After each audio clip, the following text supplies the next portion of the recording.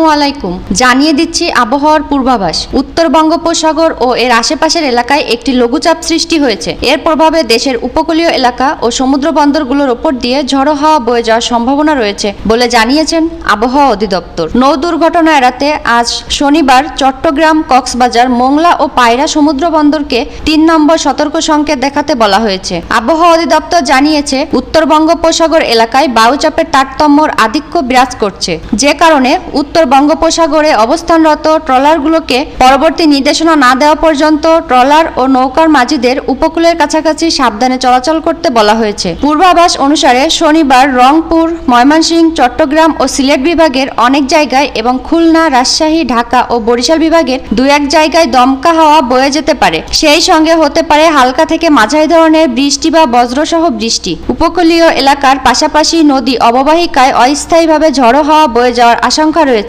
শনিবার সারা দেশে দিন ও রাতের তাপমাত্রা প্রায় অপরিবর্তিত থাকতে পারে বলেও পূর্বাভাসে জানানো হয়েছে।